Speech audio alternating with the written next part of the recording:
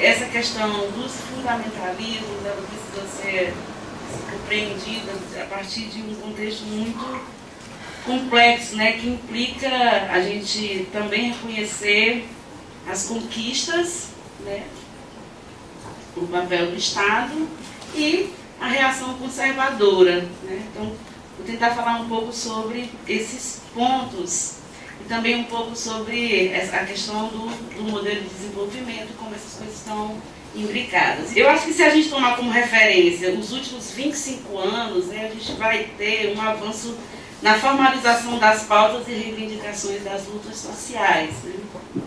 Isso é fato, né? E se reflete nas conquistas constitucionais, nas conquistas, né, infraconstitucionais e algumas políticas direcionadas, como, por exemplo, as secretarias especializadas, né, e os órgãos públicos para implementar as conquistas, né. Então, o Estado brasileiro, nas esferas governamentais, parlamentares e jurídicas, estabeleceu mecanismos, discursos e processos institucionais para implementação e conquista em torno de temas caros para a sociedade civil, né? Por exemplo, o enfrentamento das desigualdades sociais, de classe, de raça, de gênero, o acesso à justiça, a política para os povos e comunidades tradicionais, as políticas para enfrentamento à homo, lés, transfobia, as políticas de saúde, as políticas de enfrentamento à DST, AIDS, de educação, de direito à cidade, economia solidária, enfrentar a violência contra as mulheres, desenvolvimento sustentável, direitos humanos, né? Isso está também de diferentes formas na pauta do Estado, né? Mas é possível que para cada um desses temas e também para muitos outros, o Estado brasileiro, né, principalmente na esfera do governo federal, tem pelo menos um plano publicado, né? Então, essa formalização dos direitos, ou esse ensaio de cidadania, né, se deve, sobretudo, à imersão e incidência política de diferentes sujeitos sociais que traz para a cena pública as velhas novidades sobre as suas condições, como, por exemplo, as mulheres, né, a população LGBT, tal, o povo negro, né? As diferentes interdições promovidas pelas injustiças e desigualdades de diferente natureza torna muito difícil a vida cotidiana das pessoas, dos grupos, né? E provoca um certo levante dos oprimidos. Dificuldades de mobilização e articulação à parte, a gente não pode não reconhecer que há processos de lutas sociais e construção de discursos e conhecimentos acumulados, né? Isso também é fato e se dá pelos acúmulos das lutas dos direitos, das lutas por direitos como são as mulheres, os LGBT, os movimentos antirracistas, as lutas populares e camponesas. Mas também pela pressão produtivista sobre os territórios e modos de vida, como são, por exemplo, o caso dos povos indígenas, das comunidades quilombolas, das populações tradicionais de um modo geral, que precisa reagir para poder continuar existindo, né? E que a gente não pode dizer que são lutas, por exemplo, marxistas ou socialistas ditas assim. Pode até fazer essa leitura, né? Mas a luta dos povos indígenas, das comunidades tradicionais, é uma luta para existir no seu lugar, por exemplo, né? Para garantir a sua vida, a existência do seu corpo, da sua casa, dessas coisas, da sua cultura e tudo mais, né? Então, a capacidade de imprimir leitura crítica, de explicitar injustiça e desigualdades nas mais diferentes matizes é uma das maiores riquezas do nosso tempo. Mas só que nesse processo, à medida que a gente vai avançando, tanto na produção de conhecimento, né, na complexificação da inteligibilidade dos processos sociais, né? Eu acho que as leituras de esquerda, a leitura dos movimentos, elas reconfiguram um certo modo de pensar a vida, né? A gente vai experimentando nesse processo as heranças colonialistas do Estado e do próprio fazer político, né? Estruturadas desde perspectivas e práticas patriarcalistas, racistas, capitalistas e muito heteronormativa, bem muito mesmo, né? E além disso, a gente vai experimentando também toda a perversidade do senso comum, que está presente no tecido social e que é fator de muitas violências físicas e simbólicas. Mas esse senso comum também está presente na intelectualidade tradicional, nas lideranças políticas e, inclusive, em muitas lideranças de esquerda. Né? Então, não é porque você é intelectual ou liderança política que você não tem um senso comum contaminado por essa desigualdade. Né? Do ponto de vista das lutas sociais, esse diverso organizado, né, das lutas por direitos e surpreendente, ao mesmo tempo em que amplia a inteligibilidade da crítica profunda e radical, necessita estabelecer processos e metodologias organizadas para a construção de identidades, ações coletivas e visibilidades, causa uma certa perplexidade nas formas tradicionais de se fazer luta política, né? E que, por exemplo, gera uma certa sensação de que os diversos, né, fragmentam a luta e dificultam as conquistas coletivas. Né? Então a gente tem um apelo à unificação das lutas e tudo que é importante. Só que eu acho que a unificação das lutas elas não pode se dar, né, a preço tendo como preço a perda do que a gente conquistou no diverso. Né?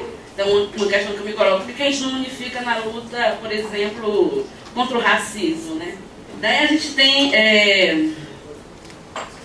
esse contexto de conquistas, de diferentes formas de organização, de debate, de, né, efervescência de uma crítica social radical, profunda, com muitas diferenças, com muitos matizes, e que, né, que são o plano de fundo das conquistas, ele também é acompanhado de uma tremenda reação conservadora. A incidência institucional e a disputa do senso comum, especialmente no tecido social, são fatores que detonam uma tremenda reação conservadora, tanto no Estado, dentro do Estado, em suas esferas, em suas 3 esferas, quanto no cotidiano da população. Então, é como se essas conquistas se voltassem contra nós, né? Rebordosa, digamos assim, né? A gente tem um agravante de tendências violentas, né? Pelo menos eu percebo, né? As históricas opressões são agravadas pela sensação ou medo de perdas, dos que sempre ganharam, com um tremendo recorte moralista. Né? Então, por exemplo, a defesa da família e da maternidade burguesas, da fé cristã, da propriedade e das institucionalidades conservadoras estão presentes no cotidiano e práticas políticas, tanto quanto estão as nossas pautas que desarrumam essas estruturas. A diferença, uma das, é que eles têm maioria, ou se não é maioria, ou pelo menos estão melhor assentados na sociedade, no Estado, na religião, na propriedade, etc. Então, as desigualdades e injustiças sexistas, racistas, etnocêntricas, de orientação sexual, de classe social, elas mesmas se movimentam por dentro, inclusive compondo o aparato e formação institucional. Eu acho que a ascensão da bancada evangélica, o recrudescimento dos pluralistas, o conservadorismo do direito e a prática política econômica que desfaz as conquistas dos povos são um exemplo disso, de como há ainda uma predominância do conservadorismo na política e no Estado, e que tem grande poder de movimentar eles mesmos. Né? Mas não só, e também pelo senso comum instituído para reivindicar sua legitimidade histórica e muitas vezes se apropriando de nossos argumentos e métodos.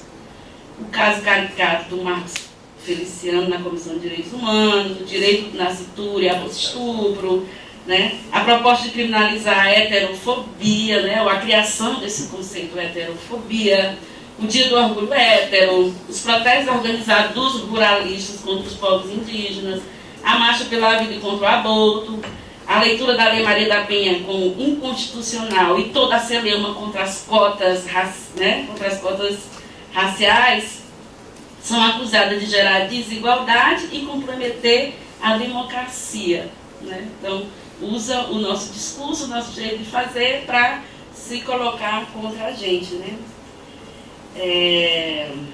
outros mecanismos de reivindicação dessa legitimidade do conservador e reacionário, outros exemplos, a gente pode dizer a transmissão de missas e cultos nas TVs públicas, né? A criminalização das lutas sociais, a tentativa de esvaziar o Ministério Público, a tentativa de retroceder nas políticas ambientais e de proteção e garantia dos direitos difusos e coletivos, e muitas outras coisas, como o desmonte e sucateamento dos órgãos e políticas voltadas para a efetivação de direitos. Né? No senso comum, também a gente testemunha a efervescência de uma racionalidade que é nazifascista, né? Pode ser explicitada pelas propostas de redução da maioridade penal, né? Que é apoiada pela sociedade, em grande parte, né? A internação compulsória da dependência química, que também é apoiada pela sociedade, né? O feminicídio contra as mulheres, contra travestis, contra transexuais, né? O extermínio da população negra, a violência contra os LGBT, a deslegitimação e violência contra os povos indígenas e quilombolas, a naturalização e criminalização da pobreza, de uma certa forma, tem ainda muita conivência da sociedade como um todo, né? Os problemas e questões sociais gerados na lógica das desigualdades são voltados de si mesmos e suas vítimas são, como disse Tatiana, julgadas e condenadas, inclusive, por sua própria existência.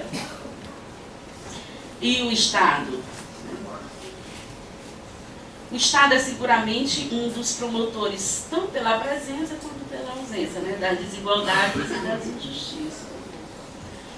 Apesar de toda a incidência que a gente fez, né, e das conquistas, nós não conseguimos mudar a estrutura do Estado e nem tampouco a cultura clientelista dada a corrupção, né, autoritária e violenta do Estado e do fazer político institucional.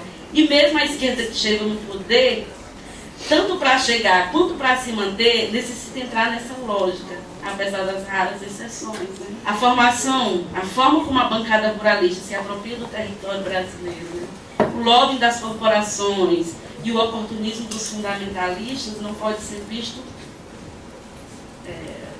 senão como um cinismo, né?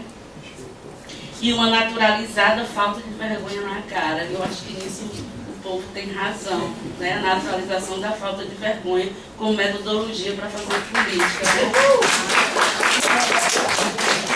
Então, e na disputa do poder há uma certa covardia dos políticos de esquerda. Sinto muito tempo dizer isso, porque eu estou a fim de desabafar.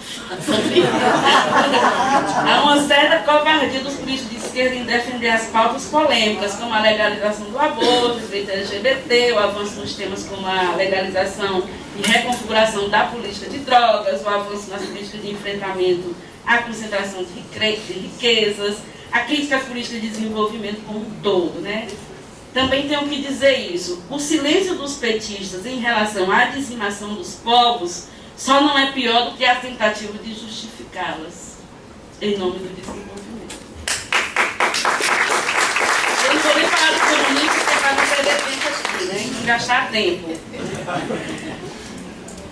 Aí, na disputa pelo Estado e nos processos eleitorais, a defesa dos direitos e enfrentamento das desigualdades se transformam-se em moeda de troca, tanto no âmbito interno das negociações políticas, quanto no diálogo com a sociedade e o senso comum. Então, o que acontece?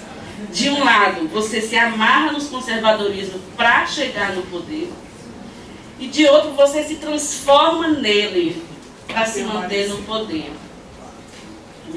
Aí, por exemplo, a Carta do Povo Brasileiro, a Carta ao Povo Brasileiro, a Carta ao Povo de Deus, o veto nas políticas anti-homofóbicas, né, o comprometimento com o Vaticano, a aliança com os ruralistas e as grandes corporações, assim como toda a política econômica, são a antinomia das conquistas institucionais, como a Secretaria de Direitos Humanos, a Secretaria para a Mulher, a Secretaria de Economia Solidária, Secretaria de Igualdade Racial, né? Assim como o Estatuto da Igualdade Racial, o PNDH e todo o arcabouço doméstico internacional das quais o direito é signatário, que apesar de ser importante instrumento de luta política, não podemos negar isso, né? São inclusive as brechas para a gente ter uma ação de incidência, né, acaba sendo, né, quase adornos democráticos que não têm ou têm pouco respaldo em termos orçamentários, nas políticas estruturantes e no cotidiano das grandes decisões sobre os rumos do país. Então, é uma coisa que promove e retira, né? Então, dá uma sensação de que as políticas são insustentáveis, né? As políticas conquistadas são insustentáveis, né? Por exemplo, qual é o poder e a efetividade da Secretaria de Direitos Humanos frente às políticas violadoras de direitos? Só para a gente pensar, né? Qual é o poder de uma Secretaria de Igualdade Racial frente ao genocídio dos povos indígenas quilombolas na política de desenvolvimento? Qual é o poder da Secretaria Nacional de Economia Solidária frente ao agronegócio e aos pactos com a bancada ruralista? O que a gente testemunha na vida real é um profundo descolamento entre direitos conquistados e políticas estruturantes, que ou é completamente carregado de ignorância e pouca inteligibilidade, ou então é muito cínica e baseada naquela coisa da naturalização da sem vergonhice, né? Uma outra questão importante de situar é o fato de que as conquistas democráticas do ponto de vista institucional, esse é muito importante porque tem a ver com a vida cotidiana dos oprimidos, dos pobres, pretos, das mulheres pobres, pretas, né? Do ponto de vista institucional, também a gente conseguiu incidir pouco até hoje no próprio fazer do serviço público, né, em sentido amplo e no cotidiano. O racismo, o machismo, a homofobia violentam todos os dias as populações pobres e pretas. O acesso dos pobres e injustiçados à justiça é uma grande vergonha. A gestão pública, de um modo geral, não rompeu com a estupidez do elitismo, continua desvalorizando os servidores e servidoras públicas, não enfrenta a ignorância dos profissionais do cotidiano e tampouco lhe confere condições dignas de trabalho. Então, as políticas para os pobres são pobres em termos de recurso, em termos de acolhimento e respeito de dignidade e até de estética, e seguem a ordem policialesca e beligerante. Como dizem os apresentadores de programas policiais lá na minha cidade, para o Estado, para esse exercício cotidiano de execução da política que garantiria os nossos direitos, do pescoço para baixo é canela. Eu gostaria de destacar algumas coisas aqui, do ponto de vista das políticas econômicas, que também é parte do contexto, que abre, né, o flanco para as investidas fundamentalistas. O Brasil se torna dependente da exportação de matéria-prima, representando um aprofundamento da exploração de recursos naturais para a geração de commodities a serem exportados, né? Então, energia, petróleo, água, gás, espaço territorial se tornam mercadorias negociadas e comercializadas no mercado internacional, né? Só que essa diretriz econômica voltada para a exportação passa necessariamente por conflitos socioambientais, né, através da implementação de projetos econômicos de gigantescas escalas que demandam a apropriação do território e dos bens comuns, altos investimentos em infraestrutura e energia e a alteração de atividades e outras históricas ocupações do território. Então, garantir o desenvolvimento, fazer o desenvolvimento hoje, significa violar direitos, significa dizimar populações. Isso é fatal. Eu não vejo como é possível reconfigurar o modelo de desenvolvimento nessa lógica, né? E a viabilidade desse modelo de desenvolvimento tem sido garantida através de arrojadas convergência do esforço institucional na esfera executiva, legislativa e judiciária, mediante as quais se garante a flexibilização da legislação ambiental, a reconfiguração para adequação às necessidades do mercado dos órgãos responsáveis pela execução das políticas que incide sobre as questões ambientais e direitos territoriais, então IBAMA, INCRA, todo mundo tem que se adequar às necessidades do mercado, às necessidades dos investidores, do Estado empreendedor, né? Os investimentos dos recursos públicos para financiamento, infraestrutura e incentivos fiscais, o histórico acesso privilegiado dos investidores ao sistema de justiça, a pressão sobre o Ministério Público, a criminalização e o uso de aparelhos repressivos sobre as organizações e militantes sociais que contestam ou ponderam o modelo de desenvolvimento, né?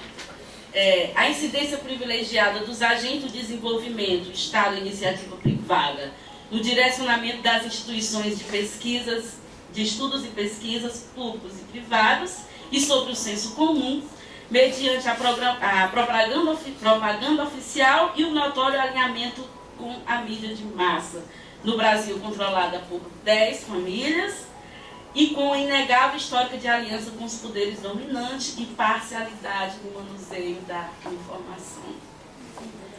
Por outro lado, também converge para a legitimação desse modelo a fragilidade das políticas setoriais, né, de garantia de direitos, tais como saúde, educação, saneamento, segurança pública, trabalho e renda, afetando sobretudo as populações vulnerabilizadas pela desigualdade social.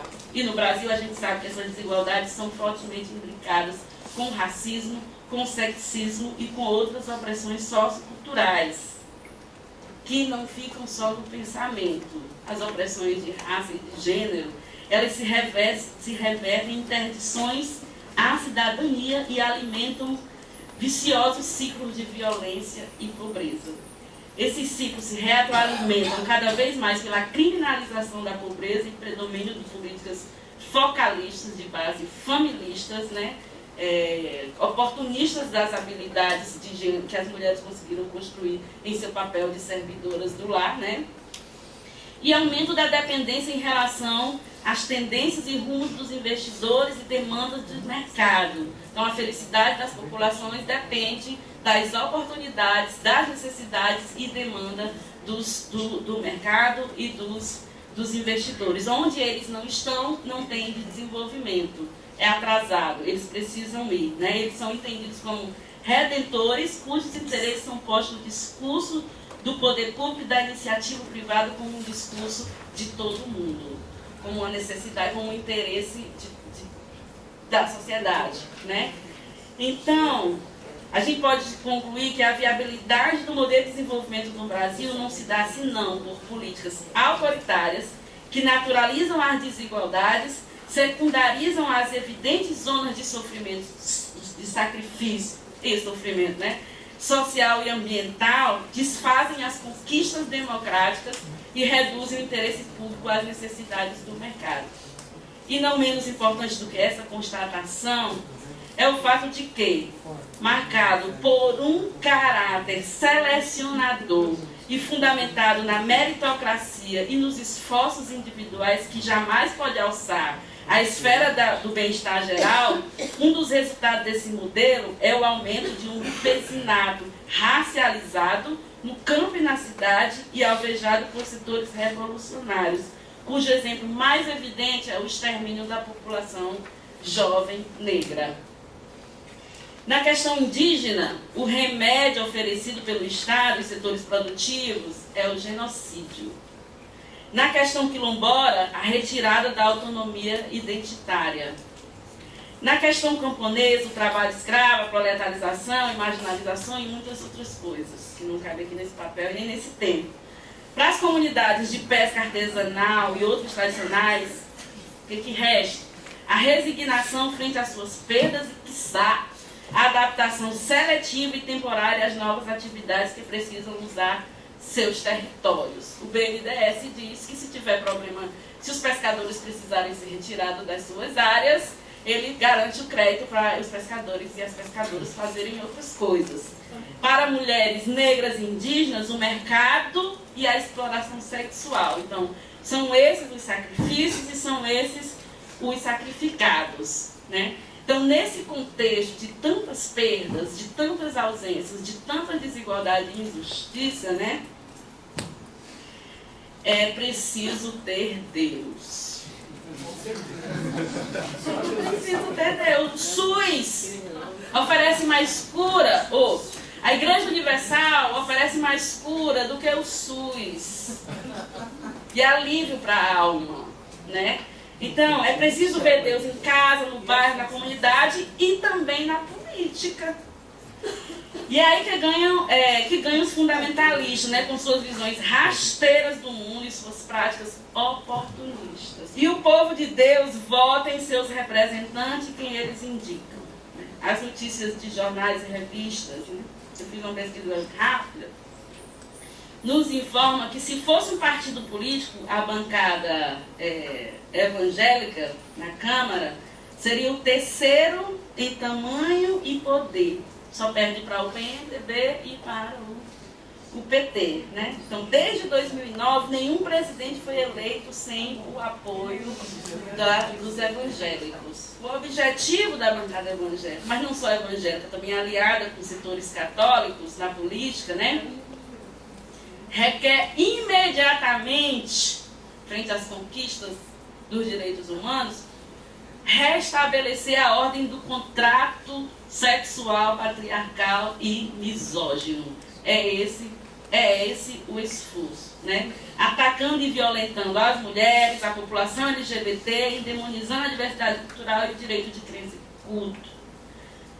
Numa revista da Casa Capital chamada A Bancada de Deus, né? Um pastor chamado Milton Costa, né? Ele diz: o objetivo é verticalizar a pauta parlamentar nacional, aprovando leis em todas as assembleias e câmeras. Eles querem vetar avanços, isso não é mais dentro da ASA, tá?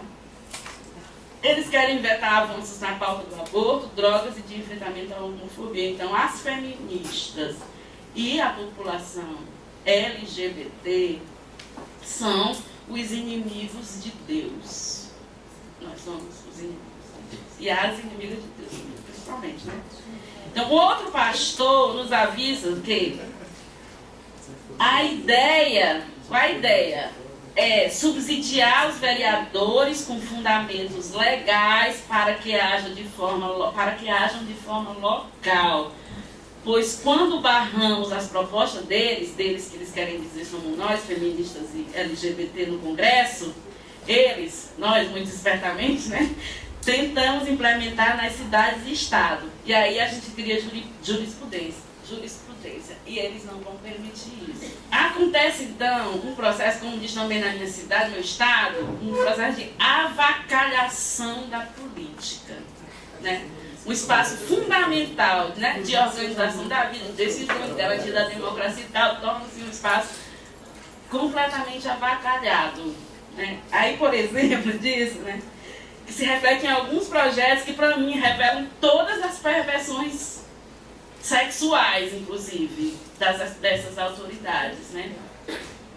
Então, por exemplo, a lei da calcinha, você já ouviu falar? A lei da calcinha em Vila Velha, que obriga as noivas a casarem de roupas íntimas e regula o tamanho do decote. Né? O Pulpo é Pop, né, que declara o culto evangélico como patrimônio imaterial na cidade de São Paulo. A lei do Pai Nosso, em Ilhéus, na Bahia, que obriga professores e alunos das escolas públicas a orar antes das aulas. O banheiro gay em São Paulo, né, que é a proposta de ter banheiro específico para gays, lésbicas, os LGBT, né? Em São Paulo. O projeto Não Bebereis, que proíbe bares a 300 metros da igreja, em Sorocaba. O projeto Não Fornicais, né, que proíbe máquinas de camisinha na escola para não incentivar sexo precoce. A lei, isso é Campo Grande. A lei do versículo, que obriga a leitura dos textos bíblicos antes das sessões legislativas na Câmara em Passo Fundo.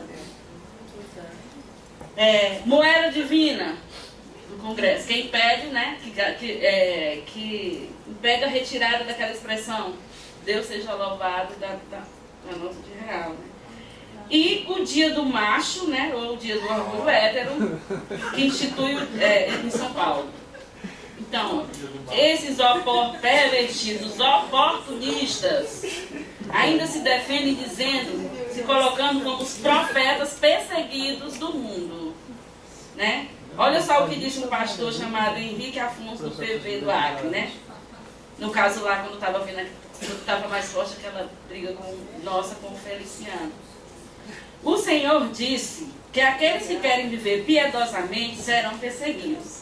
Estamos vivendo um ensaio daquilo que virá com mais intensidade contra os cristãos. Agora, onde foi que ele disse isso? Qual era o lugar que ele estava? Ele estava numa pregação que ocorre toda semana no plenário 2 das comissões das câmaras dos deputados. Toda semana. Os pastores se revezam para fazer um culto lá. Então, mas de outro lado, se fazer sexo, né, é uma degeneração, né? Né? A gente não pode fornicar. O mesmo não se dá em relação à corrupção. Né? A Deus abençoa a corrupção. Né? Tanto é que, se a gente for pesquisar na internet, a gente vai ver que grande parte da bancada evangélica responde responde processo, estão sendo investigados ou já foram criminalizados por atitudes ilícitas. Né? Nessa circunstância, né, só Jesus na causa, como diz o povo. Né? Jesus, os santos e a cabocla Jurema, né? Para abençoar a nossa luta e nos ajudar a enfrentar esse monte de demônios solto por aí, né? Por aqui e por aí.